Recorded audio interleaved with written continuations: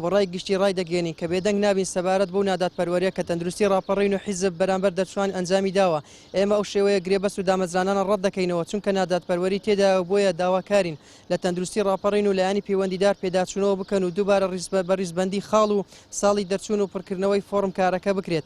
گەرنا لە ڕووی یاسایەوە ڕوبەڕوویان دەبینەوە و بێدەنگ نابین لە ڕۆژانی داهاتوودا خۆبیشاندانی بەرفراوان ئەنجام دەدەین ئەو باڵی هەر کارێکی نەخوازراوە خێنە لایەنی پەیوەندیدار. لەلایەن حیزبی دەسەڵاتدار لەو دەڤەرەی کە چەند کەسانێکی تاعین کردووە و دای مەزراندوو نەجا بەگرێ بەستە بە هەر وەسیلەیەکە کە خەڵکی تێدایە خەڵکی باوکی ئەندامی ئەو حیزبێ یان برای ئەندامی ئەو حیزبێ یان خزمێکی یعنی نەگەڕاونەوە بۆ ئەوانەی کە چەند ساڵ پێش ئێستا تەخەڕوجیان کردووە هەگەڕاونەوە خەڵکی تێدا مەسەڵەن ساڵەکە تەخەڕوجی کردو دامەزراوە. ئێمەش وەکو پەرلەمانی کوردستان و من بۆ خۆم وەکو ئەندام پەرلەمان پشتگیری لە داخوازی ئەو خوێندکارانە دەکەم کەم و هەموو شتێکی کە لە چوارچەوەی یاسابێ لەگەڵیاندا دەبم.